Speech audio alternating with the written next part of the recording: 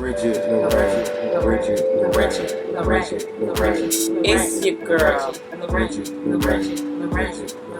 This is the Bridgett LaRé Show, where we showcase, highlight, and celebrate the unique gifts and talents that makes us all treasures in this world. Like my man right here, Mr. Charles Ace. How you doing? How you doing? I'm good, Charles. We're here at the 10X, the Great American Speakoff. Off. Yes, season 2. In what will go down in history as the greatest demonstration for freedom in the history of our nation.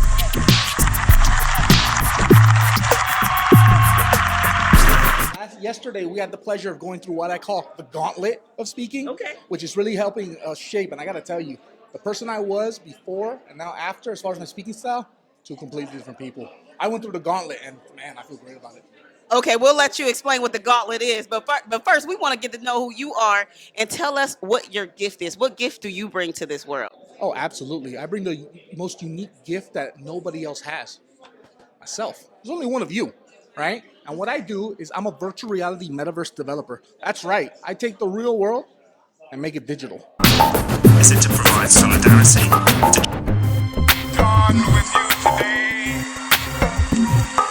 in what will go down in history as the greatest demonstration for freedom in the history of our nation.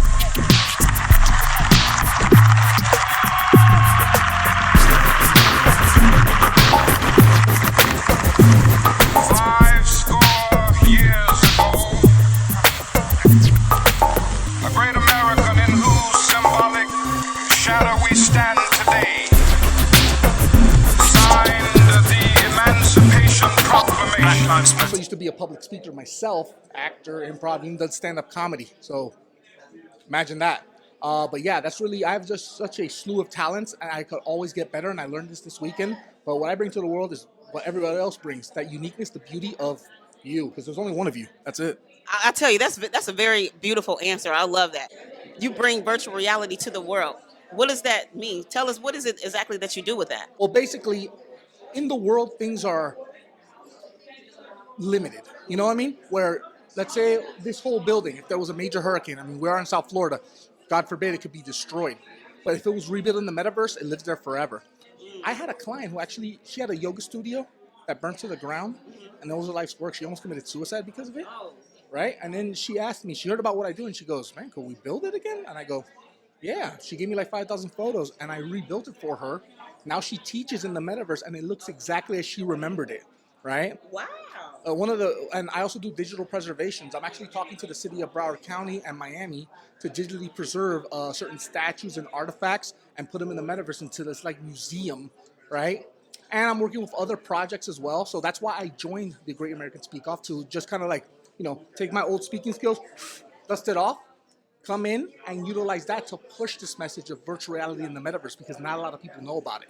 Wow. You know what? We know about the VR a little bit, but what you do with it is amazing. I didn't know it could be used for that, you know? So tell us, what got you into this? Like, because this is a unique gift, a unique talent, a unique craft. How did you come to terms with, this is what I want to do? Truthfully, Yes. I saw my father drop dead right in front of me. And I felt so heartbroken because of it. And I said, there must be a way to bring him back, because I'm stubborn as all hell. Ooh. I won't take no for an answer. I'm the most stubborn person. But I'm also, on the flip side, I realize when I'm wrong. Like, for instance, I'm the number one guy to say, man, I don't need help. I don't need this. I don't need to pay for this. I see dollar signs as like, this is a scam, blah, blah, blah, blah. But let me tell you, yesterday I went through just 1 or 2 coachings, saw a little droplet of like this. I said, man, I'm doing the workshop.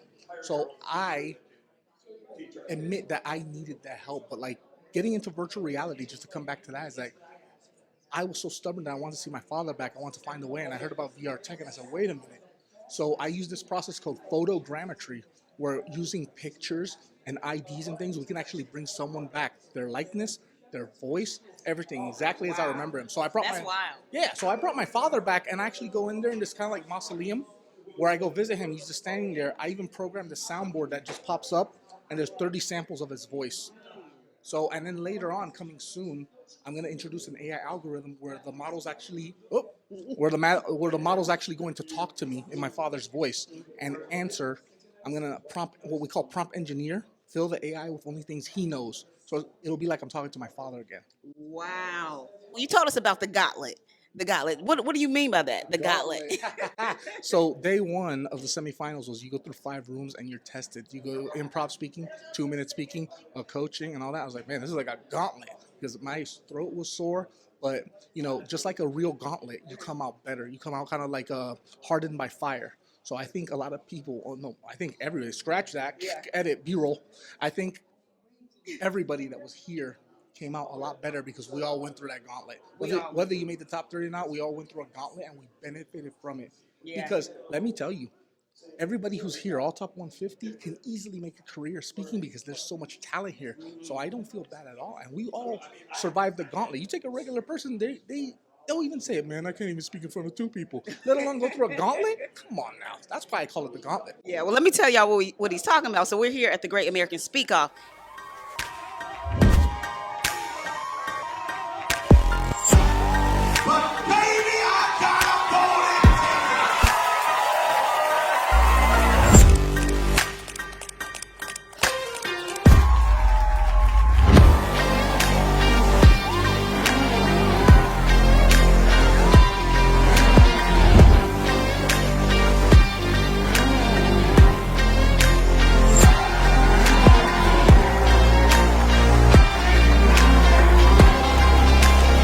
We want to make space for 2 more people. 5 people are going to be on the growth off stage. 5 people are going to be on the growth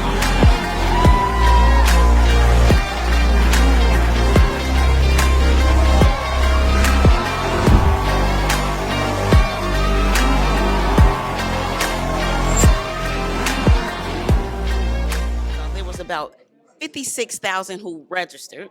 6,000 who auditioned, and here today it is the 150 best speakers in the country, which is your girl Bridgett LaRé and Mr. Charles Ace, and also everybody you see behind us. So what they did today was take it down to the top 30. Now, I'm not ashamed to admit I did not make the top 30, y'all. But you know what I learned, and I want to know what's the greatest thing you learned. The greatest thing I learned here today is that I need to be congruent and not only sharing my message with the world, but also converting and getting other people to do the same thing. You know what I mean? Because I share the message of, speaking your truth, living your dreams, this, and that, right? And I need to monetize on it. So it's like, what is your business? Oh man, Pete Vargus, Pat Quinn, Grant Cardone, they got me when they said, do you have a business? I said, yes. They said, what was your revenue for last year? I said, you know what? Okay, I got a business, not a business.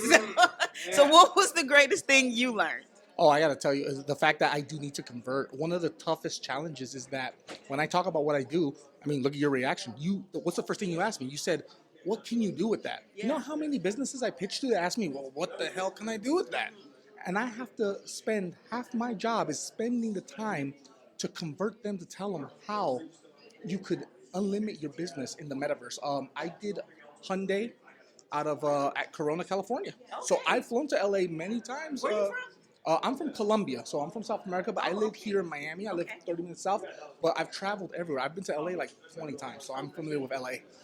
Every time I'm there, I actually play ball at Venice Beach whenever I can. Oh, wow. So, but I got to tell you, I did their Hyundai dealership in Corona, California.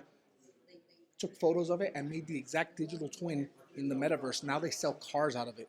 For people who can't go to the dealership, who are out of state, out of country, whatever, they go in there in the metaverse or on the computer screen, right? Wow. And we trained people to go in there, use the tech, and sell vehicles. And they've converted. They've actually sold maybe like 28 vehicles so far since it's been up as people are adapting. But the main challenge is telling businesses, well, why do I need to do this? I've helped preserve people and things. And people, well, why should I do that? I go, well, don't you want to see somebody or something beyond in here, beyond the memory? Actually see it in front of you as it existed, untouched. I know my client with the yoga studio, she's happy because now she could look at her walls, the little stain by her door and all that, exactly as she remembered it, as if it was never burnt down by a fire. This is a place that was torched to the ground. Yeah. But she had pictures. Pictures, a lot. So it was a business. It was her life's work. You know, this is a place that was torched to the ground. Yeah. You know what? So if somebody wanted to get maybe their wedding in VR, their baby when they had their baby, all of the life stages. If somebody wanted to get that, or if a company they want to work with you, where can they find you? They can find me at eventhorizonvr.com. Event Horizon Virtual Experiences is my company, right? Or you can find me on Instagram at Charles_Ace or at Event Horizon VR. I know that was a little fast, a lot of info, but weddings is actually coming soon because we're actually offering virtual wedding albums to clients where instead of a wedding album, imagine going to a place, a beach, the surface of Mars, and seeing a statue of you and your bride and groom proposing. One is Superman, one is Wonder Woman, doesn't matter. And then walking through this building where you press a button and a hologram of the bride or the groom comes, or the best man, or whatever. And maybe a playlist of 30 of your wedding songs that you could play in the space. In the metaverse, you can do anything. I can build anything in it. Wow. So the experience is now timeless. So imagine, hey, this is our wedding album, and you actually walk through it. It sounds very beneficial, and I know some people are going to hit you up. But what's one thing that you have to offer to the people that may feel like, I see you, Charles Ace. I see you. You have your business. You're speaking. You're very powerful and passionate. But I don't have any passion in life. What do you have to say to those people that's maybe sitting on the couch feeling like they have no passion in life?